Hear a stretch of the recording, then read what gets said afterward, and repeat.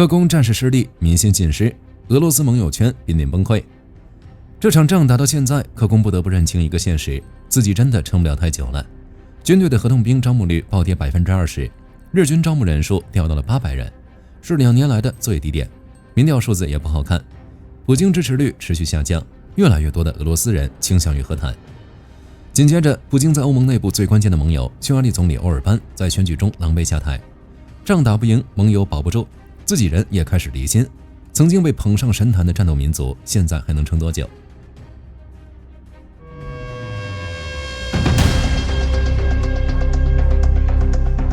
俄罗斯再不谈判，恐怕就没多少人能拉来填线了。据德国国际安全事务研究所研究员贾尼斯·克鲁格3月发布的分析，2026年第一季度俄罗斯合同兵招募人数较去年同期下降约 20%， 日军招募量仅为800人左右，创下2024年以来的最低纪录。按照他的估算，俄罗斯各地区在第一季度总共只招到了7万人左右，就算是俄罗斯官方自己公布的数据，也好不到哪里去。俄罗斯联邦安全会议副主席梅德韦杰夫宣称签了8万份合同，换算下来每天也就930人。然而去年同期这个数字是1000到1200人。为了招人，克宫不得不狠狠砸钱，联邦政府把合同签约奖金翻倍到了40万卢布，各地区自己还要往上再加码，平均下来各地预算的 4% 都砸进了招聘，有些地区甚至砸了 10% 进去，跟医疗和教育的开销一个级别了。克鲁格的样本显示，3月的平均签约奖金高达147万卢布，中位数更是达到了155万卢布。俄罗斯不少偏远地区的人均年收入也就40-50万卢布，签个名就能拿几年的工资，这个价格可以说开得相当高了。可即便是这个价码，配额还是完不成，但是兵还得招，那就只能来硬的了。此前，梁赞州州长马尔科夫签署了一道命令，要求员工超过150人的企业必须推荐2到5名员工与国防部签约。该命令有效期至少到2026年9月。这一招也是绝了，克宫不想搞大规模正式征兵，怕激起民愤，于是就把压力转嫁给地方政府和企业，让他们去当恶人。更有甚者，有消息透露，俄罗斯地方当局还把矛头对准了欠缴水电费的居民。2026年2月起，欠费者被列入志愿者名单，以债务豁免为诱饵，迫使他们签约。所以到了现在，对于俄罗斯来说，所谓的自愿合同兵早就名存实亡了。然而比起招募率下滑，更让克宫坐立不安的是民众对普京和军队的支持率和信任度持续下降，对这场战争的态度也越来越抵触。据俄罗斯独立民调机构列瓦达中心3月的调查数据来看，普京的信任度降至 80%， 较2025年11月下降了7个百分点，不信任比例升至 15%， 政府的支持率跌至 66%， 相比2025年5月蒸发了12个百分点，不满意度升至 29%， 国家杜马的支持率更惨，跌至 53%， 1年之内掉了13个百分点。更讽刺的是，连亲俄克里姆林宫的国营民调机构全俄民意研究中心也瞒不住了。该机构的3月调查显示，截至4月5日，普京的支持率降至 67.8%， 仅仅是3月份就下降了 4.9个百分点，这是战争爆发以来的最低水平。其他关键政府支持率也有所下降，政府支持率为 40.3%，国家杜马为 41.7%， 联邦委员会为 41.8%， 均为2022年以来的最低水平。该机构因为政府背景，其民调数据常年平稳乐观，就这样都挡不住数字下滑的趋势，连自己人操刀的民调都压不住了，真实情况只可能更难看。背后的原因也简单，首先是战争带来的疲劳。列瓦达中心的调查显示，67%的俄罗斯人支持和平谈判，支持继续打下去的只剩下 24%，创下了开战以来的最低值。其中 56% 的俄罗斯人表示自己已经不怎么关注战争新闻了，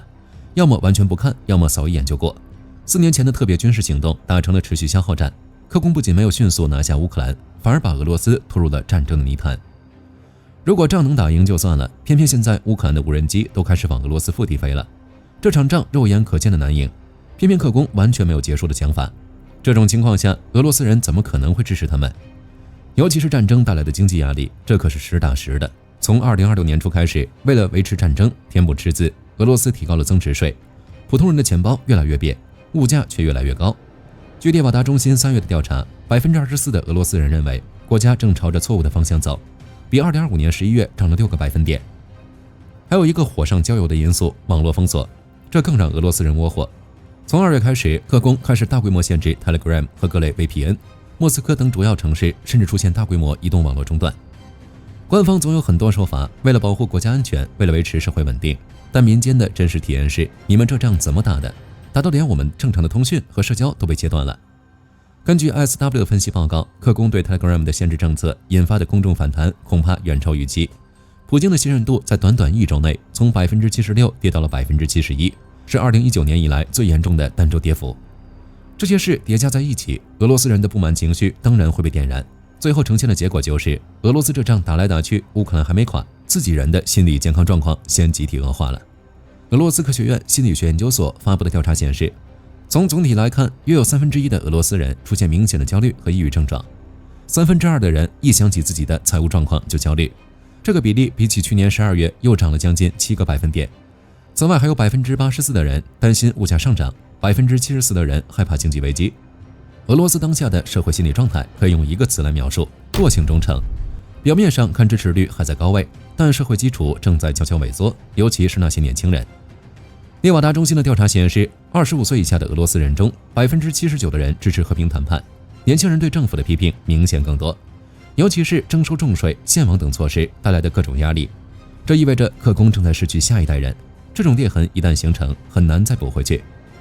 俄罗斯民众的支持率下滑，绝非一时情绪波动，而是俄罗斯被拖入战争泥潭后所带来的必然结果。克宫试图用金钱和行政压力来维持战争，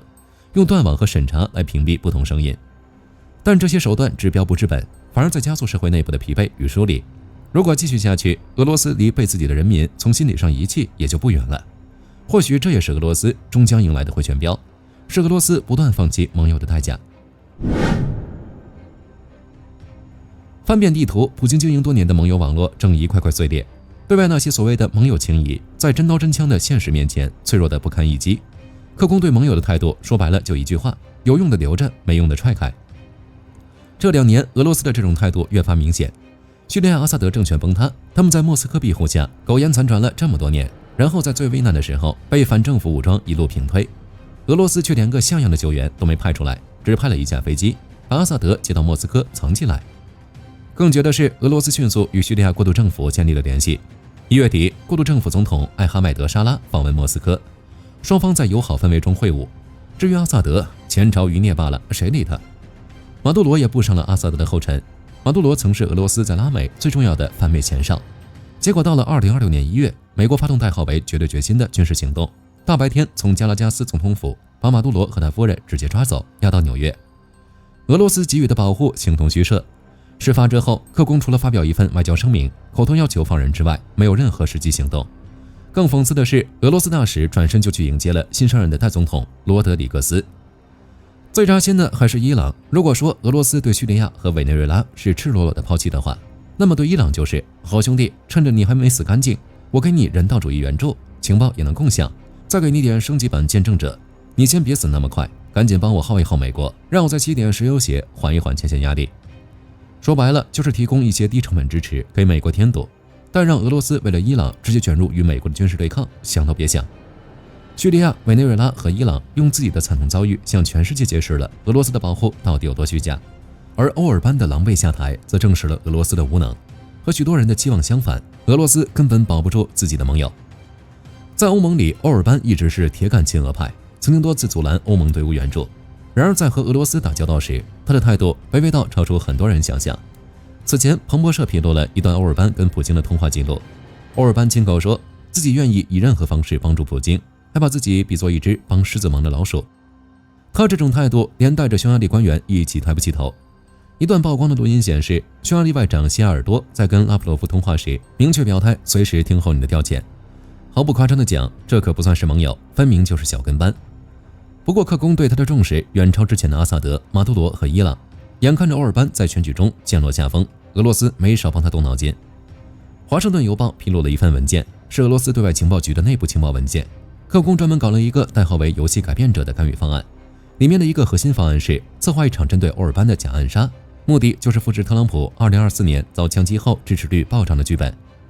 除此之外，克宫还向布达佩斯派了一批选举专家团队，这些人跟俄军总参谋部情报总局保持联系。这些 GRU 特工以外交官身份为掩护，亲自协调布达佩斯的干扰行动，还向亲政府记者透露口风，把乌克兰说成美欧的工具，把欧尔班吹成主权的唯一捍卫者。可以说，为了保住欧尔班，克宫把能用的招全用上了，明着暗着一起搞。然而这些算计终归抵不过民意。匈牙利民众用创纪录的 77.8% 的高投票率明确选择了改变。欧尔班领导的执政联盟仅获得 38.4% 的选票，而毛焦尔的蒂萨党以 53.7% 的压倒性优势获胜，一举拿下国会2/3的绝对多数席位。欧尔班长达16年的亲俄统治轰然倒塌。到了这种时候，俄罗斯还在嘴硬。克宫发言人佩斯科夫声称，匈牙利仍会支持俄罗斯制裁那些对俄不友好的国家。拉夫罗夫则表示，愿意与新政府建立务实关系，他们正在拼命淡化俄罗斯失去欧尔班的重要性。然而事实不会骗人，他们失去了匈牙利，失去了破坏欧盟原污的关键杠杆。新总理毛焦尔的上台，标志着匈牙利政策的重大转向，也给匈牙利16年的亲俄闹剧画上了句号。他竞选时秉承的态度就是亲欧盟搞民生，在胜选演讲中，他也明确宣布，匈牙利将再次成为欧盟和北约的坚定盟友。他的首次正式外访目的地是波兰，旨在建立牢不可靠的匈波联盟，并计划访问奥地利和比利时，全力修复被欧尔班破坏的与欧盟核心国家的关系。这意味着欧盟内部最大的一块绊脚石被彻底撕开。最重要的影响是对乌克兰态度。欧尔班政府曾以乌克兰阶段友谊管道为由，长期行使否决权，阻挠一项总额高达900亿欧元的欧盟对乌贷款计划。随着欧尔班的下台，这道最大的障碍瞬间消失。毛焦尔的表态更让这份贷款迎来了曙光。毛焦尔公开表态，确认不会像欧尔班那样否决这900亿欧元的对乌贷款，仅要求匈牙利不参与此项援乌计划。欧盟反应也很快，轮值主席国塞浦路斯已计划尽快在欧盟会议上提出相关议题，推动这项贷款计划获得通过。毕竟这900亿已经搁置太久了。欧盟委员会主席冯德莱恩也表示，将尽快与匈牙利新政府合作，推动被拖延的进展。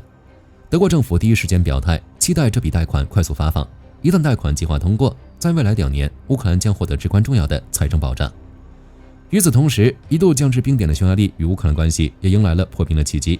泽连斯基在选举结果出炉后，第一时间向毛焦尔发出祝贺，并递上了两国合作的橄榄枝。外交部长西比加也明确表示，期待两边关系正常化。当然，匈牙利不会在一夜之间就变成乌克兰的铁杆盟友。毛焦尔明确表示，他反对乌克兰快速加入欧盟的进程，因为他认为接纳一个处于战争状态的国家加入欧盟并不可行。但无论如何，一个决定性的变化已然发生。布达佩斯不再有一个将反乌克兰作为核心身份政治，并以此向莫斯科示好的领导人。欧盟终于把那根搅屎棍踢了出去。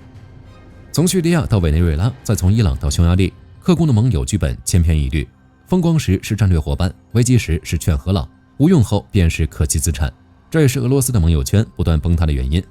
很多人可能好奇，俄罗斯为什么要这么对待盟友？答案很简单，遗传苏联的。苏联当年是怎么对待盟友的？所谓的兄弟共和国其实就是被剥削的对象。阿塞拜疆的石油天然气，顿巴斯的煤炭，亚美尼亚的矿产，摩尔多瓦的果蔬，格鲁吉亚的茶叶，源源不断地流向莫斯科，而高附加值和硬通货全部留在俄罗斯手里。所谓的加盟，就是当听命于克里姆林宫的傀儡。苏联解体后，俄罗斯精英阶层从未走出过这个心理惯性，还把自己当成那个被倾尽所有供养的核心。这种心态导致其外交行为极端功利。当盟友有利用价值时，便极力拉拢；一旦盟友陷入危难或失去价值，便迅速切割，冷眼旁观。俄罗斯有一句著名的话：俄罗斯只有2个盟友，陆军和海军。看似豪迈，实则道破了其外交理念。他从未将任何国家视为朋友，只有可供驱使的工具。乌克兰被打也是俄罗斯对这套理念的贯彻，他用的还是苏联那套老剧本，不听话就把你打服。1956年，匈牙利想改革，苏联坦克直接开进布达佩斯。1968年，捷克斯洛伐克想松绑，华约50万大军一夜之间就撵了过去。普京对乌克兰的想法一模一样，基辅敢往美欧靠，那就用军事手段把你拉回来。只不过当年的苏联能碾碎布达佩斯和布拉格，今天的俄罗斯实在是啃不下来基辅。乌克兰硬是靠着自己和美欧的支援，把俄罗斯拖进了战争泥潭。很多人都被俄罗斯这些年构建的反美叙事给骗了，以为莫斯科真的是什么对抗霸权的旗手。其实俄罗斯所谓的反美，就是一套从苏联继承来的宣传工具，目的是维持国内控制，而不是真的敢跟欧美硬碰硬。当初的苏联把俄罗斯捧到了不该有的位置，现在的俄罗斯只是被打回原形罢了。如今的俄罗斯经济结构单一，严重依赖能源出口，科技发展之后，除了军工外乏善可陈。它不再具备支撑一个全球性盟友网络的综合国力。为了维持梦中的荣光，它还需要盟友，但是许多国家早就看透了它，或者被它亲手放弃，那能怎么办？克宫把目光投向了那些同样被国际社会排斥、走投无路的国家，白俄罗斯、朝鲜，最多再加一个古巴，几个国家凑在一起组成了一个被排斥者联盟。先说白俄罗斯，白俄罗斯和俄罗斯的关系说是联盟，其实就是从属关系，只不过披了一层一体化的壳子。白俄罗斯早就沦为了莫斯科的附庸，军事上被深度捆绑，经济上完全依赖，政治上更是没有独立的资本。白俄罗斯的领空和领土已成为俄罗斯的军事前哨，所谓俄白联盟不过是克宫维持门面的一块遮羞布。再看朝鲜，这两个国家凑在一起就是一场明码标价的利益交换。朝鲜缺能源、缺粮食、缺硬通货，俄罗斯缺舔线的步兵和不挑食的弹药，双方一拍即合，1万多名朝鲜士兵被派到俄罗斯作战，俄罗斯则为朝鲜提供技术和经济支持。